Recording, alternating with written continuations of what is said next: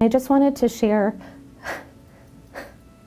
my story of how a blood cancer like lymphoma has affected my life.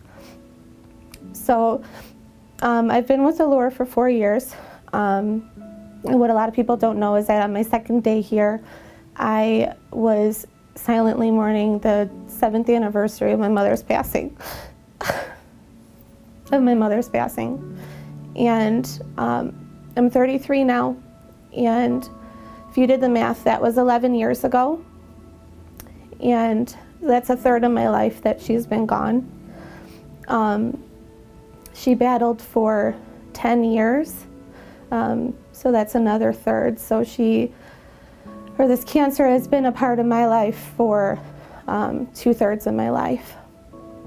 I remember when I was in 7th grade, she had come home with this golf ball sized lump on her neck, and they had done a biopsy and it had come back as Hodgkin's disease, which is a form of lymphoma.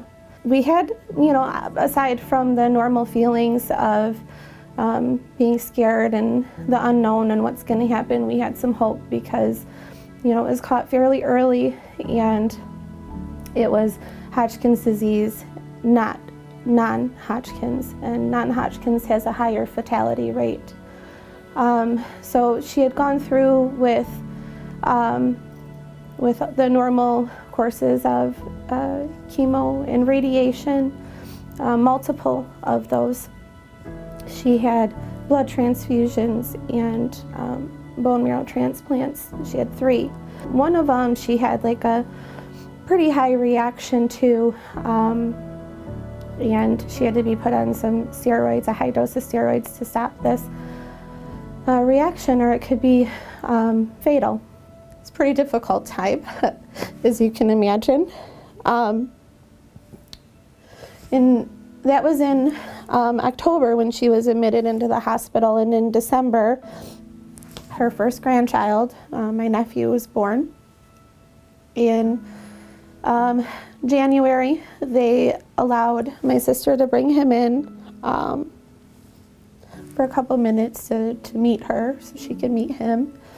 And she just had a smile that lit up, the room. And I don't know if she knew who he was or if she was just excited because it was a baby, In February, they decided to move her to a nursing home that would do breathing therapy.